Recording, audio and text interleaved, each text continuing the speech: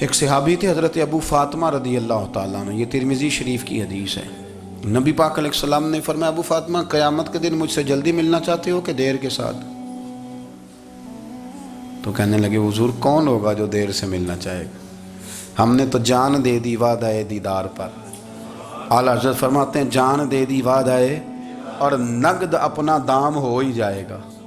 مجھے لگتا ہے کہ یہ سودا نقد و نقد ہو جانا ہے، چونکہ ہم نے جان دے دی وعدہ دیدار پر۔ آپ نے وعدہ کیا تھا کہ مریں گے تو پھر زیارت ہوگی، تو مر گئے ہم زیارت کی خاطر۔ جان دے دی وعدہ دیدار پر، تو نقد اپنا دام ہو ہی جائے گا۔ اے رضا ہر کام کا ایک وقت ہے، دل کو بھی آرام ہو ہی جائے گا۔ تو حضرت ابو فاطمہ رضی اللہ تعالیٰ عنہ سے نبی پاک صلی اللہ علیہ وسلم نے فرمایا جلدی ملنا چاہتے ہو کہ دیر سے؟ عرض کی حضور فٹافٹ ملنا ہے، میں نے قیامت کے دن آپ سے جلدی ملنا ہے۔ تو نبی پاک علیہ السلام نے فرمایا پھر اس طرح کرنا، دنیا میں رہ کے سجدے زیادہ کرنا، پھر سجدے زیادہ کرنا، قیامت میں ملاقات جلدی ہو جائے گی، قرب ملے گا تمہیں۔ اپنے بچوں کے اندر دیکھیں نا، ہم شوق پیدا کرتے ہیں، ہمیں صحیح لفظ نہیں بولنے آتے ہیں، پر ہم بچوں میں شوق پیدا کرتے ہیں کہ پتر ڈاکٹر بن جائے گا تو بڑا نفع کرے گا، تو لوگوں کی خدمت کرے گا، ملک و ملت کی خدمت کرے گا، تیرے ابا کا نام روشن ہوگا، تیرے دادا کی تعریفیں ہوں گی۔ ہم یہ ذوق پیدا کرتے ہیں۔ ہم اپنے نوجوانوں کے اندر یہ فکر پیدا کرتے ہیں، انہیں ہم سمجھاتے ہیں کہ میاں جب تم پڑھو گے، محنت کرو گے تو فلاں آدمی کی طرح تمہارا نام ہوگا۔ یہ جتنا ذوق ہم بچوں کے اندر ان چیزوں کا پیدا کرتے، ہمیں حکم ہے کسی طرح ہم ذوق پیدا کریں کہ پتر نماز پڑھے گا تو اللہ راضی ہو جائے گا، تو سجدہ کرے گا۔ دیکھیں نا میرے رسول کریم علیہ السلام نے فرمایا 7 سال کے بچے کو مسجد لے کے جاؤ، یعنی اسے شوق دلاؤ، اس کے اندر یہ خاصیت پیدا کرو کہ اس کا دل کرے مسجد میں جانے کا، اس کے اندر یہ خصوصیات لاؤ کہ وہ ہمارے ہاں نا ہر چیز کو پرموٹ کیا جا رہا ہے، ہر چیز کو، یعنی سر سنگیت سکھانے کے لیے اکیڈمیاں بن گئی ہیں، ہر شے پرموٹ ہو رہی ہے، عبادت کا جذبہ کم ہوتا جا رہا ہے، اللہ اللہ کا ذوق ہمارے اندر نہیں رہا۔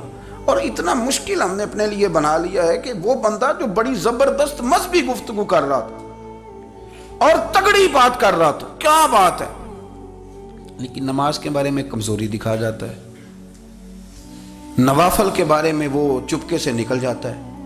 امام احمد بن حنبل رحمۃ اللہ تعالیٰ علیہ، مسند امام احمد بن حنبل 14 جلدوں میں ہے مارکیٹ میں، اور مجھے تو خیر پسند ہی بڑی ہے، میں نے تو کئی دفعہ پڑھی ہے۔ اور کیا بات ہے امام احمد بن حنبل کی، کیسے تگڑے قسم کے محدث تھے، اور اللہ نے کتنا انہیں اعزاز عطا فرمایا ہوا تھا۔ یہ کوڑے بھی کھاتے تھے دین کی خاطر، سارا کرتا لہو سے بھر بھی جایا کرتا تھا، بڑا اعزاز والا شخص تھے، بڑے اعزاز والے، حدیثیں جمع کرنا، حدیثیں لکھنا، حدیث پڑھانا، سارا دن رہتے تھے۔ کہہ سکتے تھے کہ میں کر تو رہا ہوں کام، اور حدیث بھی موجود ہے کہ عالم عابد سے افضل ہوتا ہے، پر اس کے باوجود امام احمد بن حنبل رحمۃ اللہ علیہ 300 نفل فرض نمازوں کے علاوہ پڑھا کرتے تھے، 300 نوافل روز پڑھا کرتے تھے۔ ان کے بیٹے نے کہا ابا جی مکان خریدنا ہے تو کوئی جگہ کہاں کر کے لوں، بہت ساری آبادیاں، تو فرمایا پتر وہاں لینا جہاں مسجد قریب ہو۔ میرے رسول کریم سید عالم صلی اللہ علیہ وسلم اتنا پسند کرتے مسجد کو، اتنا پسند کرتے نماز کو، کہ رسول کریم صلی اللہ علیہ وسلم تہجد کی نماز بھی پڑھتے، پھر حضور فجر کی نماز بھی پڑھتے، نبی پاک وتر کو الگ کر کے پڑھتے، عشاء کے ساتھ نہیں پڑھتے۔ یہ تو ہم اس لیے اجازت دی ہمارے بزرگوں نے کہ بعد میں اٹھے گا کون علیحدہ وتر پڑھنے کے لیے، عشاء کے ساتھ پڑھ لے۔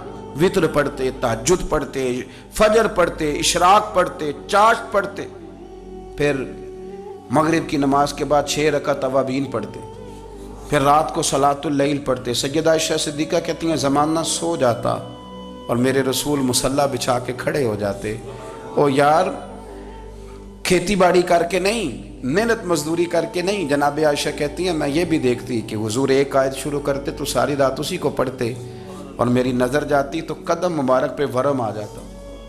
یار نماز پڑھ کے اتنی مشقت کر کے، اتنی جد و جہد کر کے ورم آ گیا، یا رسول اللہ اتنی محنت کیوں کرتے ہو؟ فرمایا افلا اکون عبدا شکورا، کیا میں اپنے رب کا شکر گزار بندہ نہ بنوں؟ صحابہ کا ذوق عبادتوں کا، ریاضتوں کا، تلاوتوں کا، طبیعتیں ان کی، وہ ایک دوسرے کو، حضرت مولا علی شیر خدا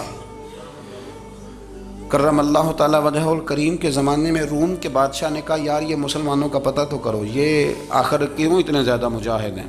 اس زمانے میں جاسوس بھیجنے کا مزاج تھا، اب تو جاسوس پکڑا جاتا ہے، اب تو جاسوس اور جاسوسی کا شوق ویسے آج بھی ہے۔ عرض کروں تھوڑی سی بات اس عنوان سے، پتہ ہے کیا ہمارا مسئلہ ہے؟ ہم جہاں جاتے ہیں نا وہاں تھوڑی خوشبو سونگھنے کی کوشش کرتے ہیں، وہ کیا ہے تو یہ کیا ہے تو ادھر کیا ہے تو تھوڑا سا ادھر کیا ہے۔ میرے رسول پاک پڑھیے درود شریف، سارے پڑھیے ذرا زور سے، صلی اللہ تعالی۔ نبی پاک علیہ السلام نے فرمایا جاسوسی نہ کرنا ورنہ تم بندوں کو خراب کر دو گے، اور فرمایا اس طرح نہ ہو کہ تم کسی کے آپ کھول نہ نکلو تو تمہارے پہلے کھول جائیں۔ یہ جو ذوق ہے نا یہ ختم کریں، چھوڑیں، مطلب آپ کس چکر میں پڑے ہوئے ہیں؟ اتنی زیادہ توجہ کرنے کی کیا ضرورت ہے؟ نے کام سے کام رکھیں، اس میں بندہ تھوڑا سا نا آسان رہتا ہے۔ یہ جو بہت زیادہ ٹٹولنے والے لوگ ہوتے ہیں نا وہ بیچارے پھر عمر ٹٹولتے ہی گزار دیتے ہیں، اس لیے کہ مزاج ہی بہت پکا ہے، بوری کا منہ کھول کے اندر تک ہاتھ ڈالنا، تو پھر کئی دفعہ سامنے سے بچھو بھی لڑ جاتا ہے، خرابی ہوتی ہے۔ تو جاسوسی کی جاتی تھی، اس نے بھی جاسوس بھیجے، کیونکہ قبیلوں کے لوگ تھے، کچھ مسلم کچھ کافر، پہچانے نہیں جاتے تھے لوگ، تو کچھ لوگ اس نے بھیجے، انہوں نے آ کے نا تحقیق کی، ریسرچ کری کہ آخر ماجرا کیا ہے، تو واپس جا کے انہوں نے رپورٹ دی نا روم کے بادشاہ کو۔ اس رپورٹ کا ایک جملہ بڑا شاندار ہے، وہ کہنے لگا بادشاہ ہمیں مسلمانوں کی کوئی سمجھ نہیں آئی، ہمیں کوئی سمجھ نہیں آئی۔ انہوں نے کہا کیوں نہیں سمجھ آئی؟ کہنے لگے یار عجیب بندے ہیں، جب رات مصلے پہ بیٹھتے ہیں تو یوں لگتا ہے ان کا دنیا سے رشتہ ہی کوئی نہیں، کوئی کسی کو نہیں جانتا، کوئی اپنے دکھ سنا کے رو رہا ہے، کوئی اپنی بات کر کے رو رہا ہے، لگتا ہے کہ ان کا کوئی رشتہ ہے ہی نہیں جب مصلے پہ بیٹھتے ہیں۔ اور فرمایا جب سویرے یہ جہاد کرنے نکلتے ہیں تو لگتا ہے ان سے زیادہ دلیر ہی کوئی نہیں، حالانکہ جو مصلوں پہ رونے دھونے کے لوگ ہوتے ہیں وہ کئی دفعہ جہاد میں کام نہیں کرتے، لیکن عجیب لوگ ہیں کہ رات کے راہب ہیں، دن کے مجاہد ہیں، کوئی سمجھ نہیں آتی۔ میرے عزیز ان لوگوں نے مصلی آباد کر کے رکھا، تلاوتیں ان کا ذوق رہی، منزل روز پڑھنا، اسباق پڑھنا، وظائف پڑھنا، یہ ان کا ذوق رہا۔ اعلیٰ حضرت بریلوی رحمت اللہ نے 1000 کتاب لکھی ہے، لیکن الوظیفۃ الکریمہ کے نام سے جو وہ صبح و شام وظائف پڑھتے تھے وہ الگ انہوں نے ان کو بیان کیا، پابندی کے ساتھ اپنی اللہ اللہ کرتے تھے۔ شیخ شہاب الدین سہروردی رحمت اللہ علیہ پر ایک بندے نے اعتراض کیا، اس نے کہا جی آپ کس قسم کے صوفی ہیں، مرید بیٹھے ہیں اور آپ وہاں نفل پڑھ رہے ہیں؟ یہ بھی بڑا مسئلہ ہوتا ہے نا، جو بندہ ملنے آتا ہے وہ اپنے ٹائم کے حساب سے آتا ہے، اور پھر اس کا یہ بھی خیال ہوتا ہے کہ پیر صاحب جو ہیں وہ چونکہ درویش ہیں تو نہ انہیں روٹی کھانی چاہیے نہ سونا چاہیے، چونکہ وہ درویش ہیں، اور ہم چونکہ درویشوں کے ماننے والے ہیں لہذا ہمارا یہ طریقہ ہونا چاہیے کہ جیسے ہم کہیں درویش ویسے ہی کر جائے، حالانکہ جس کو آپ درویش کہیں گے آپ اس کی مانیں گے، آپ منوائیں گے نہیں، ہمارا مزاج ہوتا ہے۔ شیخ شہاب الدین پر لوگوں نے اعتراض کی، حضور لوگ ملنے آئے ہیں، زیارت کرنے آئے ہیں، بندے دعا کرانے آئے ہیں، اللہ اللہ کرانے آئے اور آپ نفل پڑھ رہے ہیں، کیا جملہ ہے، کیا حسن ہے، کیا خوبصورتی ہے۔ فرمانے لگے رب رسول سے مانگنے کے لیے مصلی بچھایا ہے، اگر وہاں سے مانگوں گا نہیں تو تمہیں دوں گا کیا؟ پہلے مجھے کچھ لے تو لینے دو، اگر میرے پلے کچھ ہے ہوگی تو آگے دوں گا نا، تو میں مانگنے گیا تھا کہ یا اللہ دے تیرے بندے لینے آئے، دے تو میں کچھ لوں گا تو آگے دوں گا نا، لیکن ہمارا یہ سٹیٹس، یہ مزاج، یہ شعور نہیں ہے۔ گپیں، کہانیاں، داستانیں، گفتگو، خطابت، واز، کیا بات، لیکن اگر کچھ کرنے کا کام ہو تو وہ نہیں ہم سے ہوتا۔ میرے نبی کریم علیہ الصلوۃ والسلام نے مصلی سے دل لگانے کا درس دیا، حضور نے توجہ دلائی، صحابہ اس ذوق کے حامل لوگ تھے، وہ کوشش کرتے تھے۔ جناب صدیق اکبر رضی اللہ تعالیٰ عنہ کا عبادت کا مزاج ہمیشہ قائم رہا۔ حضرت عمر فاروق ساری رات اللہ کے حضور کھڑے رہے۔ حضرت عثمان غنی رضی اللہ تعالیٰ عنہ عشاء کی نماز پڑھ کے 2 رکعتوں کی نیت باندھتے تھے، 15 سپارے پہلی رکعت میں پڑھ دیتے تھے اور 15 سپارے قرآن مجید کے دوسری رکعت میں پڑھ دیتے تھے۔ آپ نے نا حضرت عمر فاروق کے وصال کے بعد ان کی ایک بیوہ سے نکاح کیا، حضرت عثمان غنی نے نکاح کیا۔ وہ خاتون آپ کے نکاح میں آئیں تو عرض کرنے لگی امیر المومنین میرے لیے اعزاز تو بہت ہے کہ میں امیر المومنین کی بیوہ تھی تو امیر المومنین کی منکوحہ ہو گئی ہوں، لیکن حضور نہ تو میں جوان ہوں کہ میرے اندر رغبت ہوتی اور نہ میں اب اس قابل ہوں کہ کوئی خدمت کر سکوں، میرے ساتھ نکاح کی وجہ کیا بنی؟ تو عثمان غنی رو پڑے، فرمانے لگے میں نے عمر فاروق کو مسجد میں اپنے رب سے ڈرتے ہوئے دیکھا ہے، میں نے اسے روتے ہوئے دیکھا ہے، عدل کرتے دیکھا ہے، انصاف کرتے دیکھا ہے، امت کی خیر خواہی کرتے دیکھا۔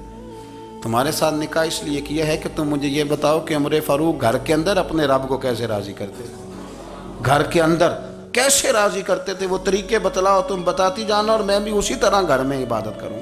میرے رسول کریم علیہ السلام نے ارشاد فرمایا، حضور فرمانے لگے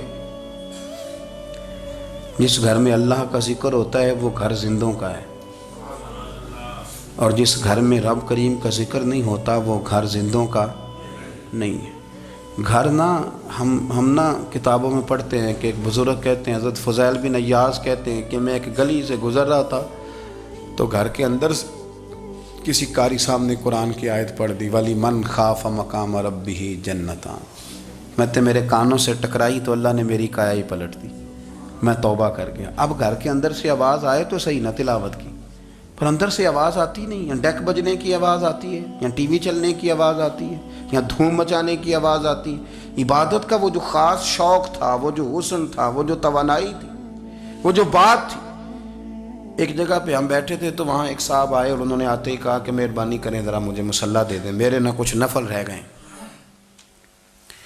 تو میں نے وضو کر لیا تو کوئی مصلی مل جائے، مصلی انہیں دے دیا گیا، وہ مصلی لے کے چلے گئے تو پیچھے ایک صاحب نے تبصرہ کیا، کہنے نے کتنا ریاکار بندہ ہے، لوگوں کو دکھا رہا ہے کہ میں نفل پڑھتا ہوں، ہے کو بات کرنے والی۔ میں نے اسے کہا تو مہربانی کرنا، اس طرح کی ریاکاری تو بھی کر، پکڑ مصلی اور جا تو بھی تھوڑی ریاکاری کر کے آ، اٹھ ذرا، شکر کر کوئی یہ ریاکار بھی ملا ہے، کوئی نفل پڑھ کے ریاکاری کر رہا ہے۔ اللہ کا میں کہتا ہوں کو پڑھے تو صحیح نہ، یہ کوئی دور ہے نفل پڑھنے کا؟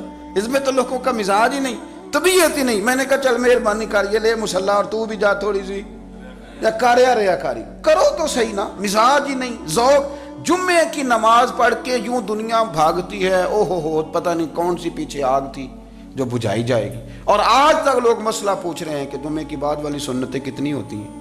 میں نے کہا کتنے سال ہو گئے جمعہ پڑھتے، کتنے سال ہو گئے، ابھی تک سنتوں کا نہیں پتہ، ابھی تک نہیں علم کے پہلے کتنی رکھتے ہیں اور بعد میں کتنی رکھتے ہیں۔ فجر کی سنتیں کب پڑھنی چاہیے، سنو فجر کی سنتوں کے بارے میں۔ میرے رسول کریم سید عالم صلی اللہ تعالیٰ علیہ وسلم سے ایک صحابی نے پوچھا تھا، حضور میری فجر کی سنتیں رہ گئیں یا رہ جاتی ہیں تو حکم کیا ہے؟ کیا انداز ہے حضور کا، بخاری مسلم کے لفظ سنو۔ حضور سید عالم صلی اللہ علیہ وسلم فرمانے لگے، اس نے کیا پوچھا تھا، حضور جواب کیا دیتے ہیں؟ فرمایا فجر کی سنتیں کبھی نہ چھوڑنا، فجر کی پہلی 2 سنتیں کبھی نہ چھوڑنا۔ یا رسول اللہ صلی اللہ تعالیٰ علیہ وسلم میری رہ گئی ہیں، رہ جاتی ہیں۔ فرمایا فجر کی 2 سنتیں نہ چھوڑنا، فرمایا فجر کی پہلی 2 سنتیں مجھے دنیا اور دنیا کے اندر جو کچھ ہے وہ سب سے زیادہ پیاری ہے۔ فجر کی 2 سنتیں دنیا اور دنیا میں جو کچھ ہے مجھے وہ سب سے زیادہ پیاری ہیں، اس لیے فجر کی سنتیں نہ چھوڑنا۔ اپنا ذوق، اپنی طبیعت، ہم نے نا ذوق غلط بنا لیا ہے۔ اگر 20 بندے کہہ بھی دیں گے تو نے بڑی شاندار تلاوت کیا تو کیا اس سے بنے گا؟ 100 بندہ کہہ بھی دے تیری کیا بات ہے، کیا بات ہے نعت خاں کی، کیا بات ہے علامہ صاحب کی، پیر صاحب کی، پیر مہر علی شاہ صاحب رحمت اللہ علیہ۔ آپ تشریف فرما تھے تو آپ کے ایک ہی بیٹے بابو جی جن کو کہا جاتا ہے، جس دن صاحبزادے پیدا ہوئے تو خادم نہ وہاں سے نکلا۔ ان لوگوں کے شوق اور طرح کے تھے نا، تو ان کی توجہ بھی اپنے شوق کی طرف رہتی، تو خادم نکلا اندر سے، پیر صاحب مبارک ہو، پیر صاحب مبارک ہو، پیر صاحب مبارک ہو، پیر صاحب مبارک ہو، شور کر رہے ہیں۔ تو پیر صاحب کو وجد ہو گیا، اللہ اکبر اللہ اکبر اللہ، او کیا ہوا، کس بات کی مبارک دے رہے ہو؟ عرض کی حضور اللہ نے بیٹا دیا ہے۔ تو آپ فرمانے لگے اچھا حضور آپ کیا ہوا، آپ تو پریشان ہو گئے۔ فرمانے لگے جب تو نے 3 دفعہ کہا نا مہر علی کو مبارک ہو تو میں سمجھا تھا شاید تجھے کسی نے بتا دیا ہے کہ مہر علی سے اللہ راضی ہو گیا، میں سمجھا تھا کہ شاید تو یہ خبر لے کے آیا ہے کہ کسی نے بتایا ہے کہ مجھے آج خبر ملی ہے کہ مہر علی سے رب۔ اچھا